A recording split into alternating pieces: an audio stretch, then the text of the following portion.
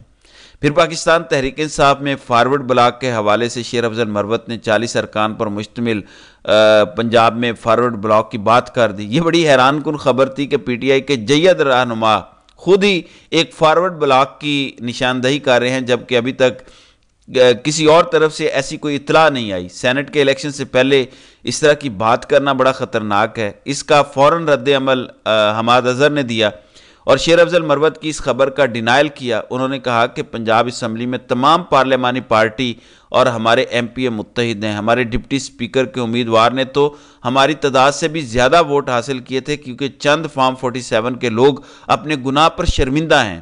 انشاءاللہ سینٹ کے الیکشن میں ہمارے امیدوار کامیاب ہوں گے۔ دوسری جانب ایم کے ایم کا فیصل واڈا کے حوالے سے فیصلہ سامنے آیا۔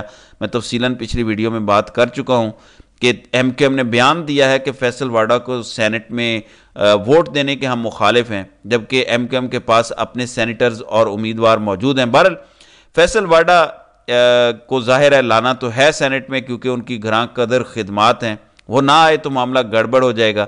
اس لیے نہ صرف سینٹ میں لانا ہے بلکہ ان کو کابینہ میں شامل کرنا ہے، اور کابینہ میں پہلے ہی محسن نقوی اور وزیر خزانہ پہ پھڈا چل رہا ہے۔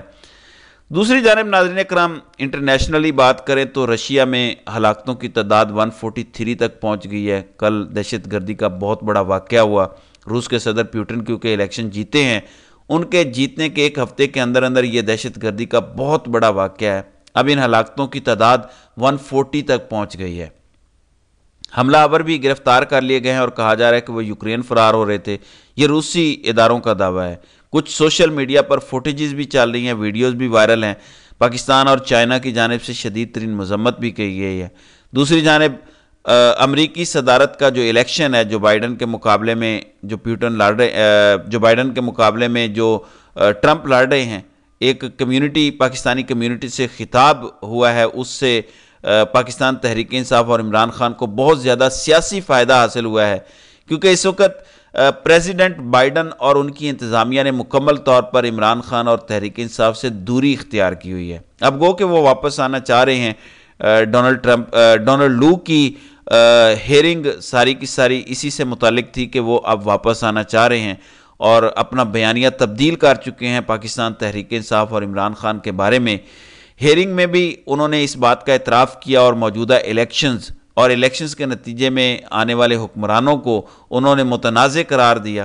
سفارتی آداب ملحوظ رکھتے ہوئے جو کچھ کیا جا سکتا تھا انہوں نے اس سے بڑھ کر دیا اور کویسچن کر دیا موجودہ پاکستان کے حکومتی ڈھانچے کو۔ نہ صرف یہ میسج پاکستان کے حکومتی ڈھانچے کو گیا جو تشکیل دیا گیا ہے جعلی نتائج کے نتیجے میں، بلکہ انہوں نے ان سہولت کاروں کو اور پاکستان کی اسٹیبلشمنٹ کو بھی ساتھ رگید دیا، کیونکہ الیکشن ظاہر ہے انہوں نے کروائے۔ اگر امریکہ الیکشن پر تحقیقات کا مطالبہ کر رہا ہے تو پھر اسے سمجھ جائیں کہ وہ پاکستان کی اسٹیبلشمنٹ کو کیا میسج دے رہے ہیں کہ وہ اپنی پوزیشن تبدیل کرنا چاہ رہے ہیں، کیونکہ الیکشن کا سیزن شروع ہو چکا ہے۔ امریکہ میں ریپبلکن آ چکے ہیں میدان میں۔ تحریک انصاف عمران خان کی ملاقات ہوئی تھی، ایک وزٹ ہوا تھا اور اس میں ٹرمپ کے ساتھ بڑے اچھے ورک ریلیشن شپ قائم کیے گئے تھے، لیکن اس سال کے بعد کیونکہ بائیڈن انتظامیہ آ گئی تھی اور بائیڈن انتظامیہ کے زمانے میں پاکستان کے سول سائیڈ پہ تعلقات کشیدہ رہے، پھر سائفر آیا اور سائفر کا نتیجے میں جو کچھ ہوا وہ ہمارے سامنے ہے۔ تو پاکستانی کمیونٹی سے ایک خطاب ہوا جس میں عمران خان کا انہوں نے بڑے اچھے انداز میں ذکر کیا اور کہا کہ وہ اگر جیت گئے صدارتی الیکشن تو عمران خان بھی جیل سے باہر ہوں گے اور دوبارہ عمران خان بھی میری طرح پاور میں آ جائیں گے اور دوبارہ پاکستان کی حکومت ان کے پاس ہوگی۔ تو یہ ایک بہت بڑی پولیٹیکل سپورٹ ملی ہے پاکستان تحریک انصاف اور عمران خان کو، اور اس کا آنے والے دنوں میں امپیکٹ جو ہے وہ آپ کو پاکستانی سیاست کے اندر بھی نظر آئے گا۔ تو دیکھتے ہیں کہ آئندہ آنے والے دنوں میں اس حوالے سے مزید کیا ہوتا ہے۔ تو ناظرین کرام، آپ کی اس ویڈیو کے حوالے سے کیا رائے ہے؟ آپ اپنی رائے کا اظہار کامنٹ سیکشن میں ضرور کیجیے گا۔